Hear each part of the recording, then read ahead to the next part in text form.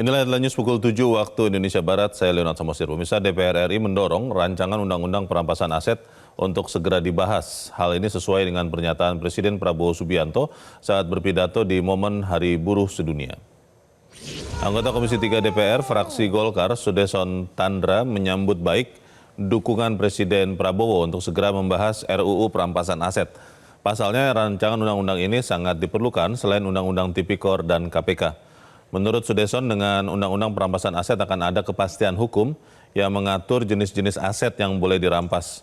Meski KUHP sudah mengatur penyitaan aset yang berkaitan dengan tindak kejahatan, namun KUHP belum mengatur terkait perampasan aset dalam tindak pidana korupsi.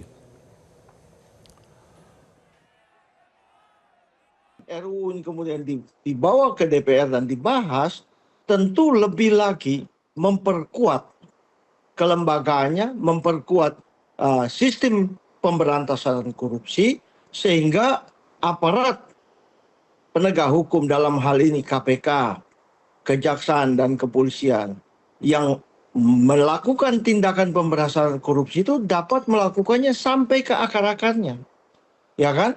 Yaitu bagaimana kemudian dapat mengembalikan kerugian keuangan negara itu jauh lebih cepat dan jauh lebih memenuhi unsur kepastian dan keadilan.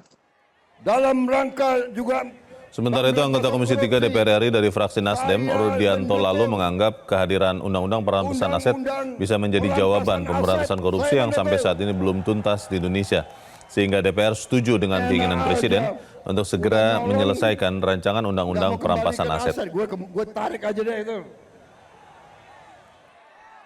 Setuju? Kami tentu menghargai dan menghormati sekaligus mendukung apapun keinginan langkah Bapak Presiden Prabowo, termasuk kemudian keinginan untuk mensahkan, menyelesaikan segera pembahasan rancangan undang-undang perampasan aset. Kalau memang ini dipandang menjadi jawaban terkait dengan pemberantasan korupsi yang sampai hari ini masih belum tuntas di negeri kita, saya kira kami di DPR akan setuju dengan keinginan Bapak Presiden Prabowo untuk menyelesaikan rancangan undang-undang. Jelajahi cara baru mendapatkan informasi. Download Metro TV Extend sekarang.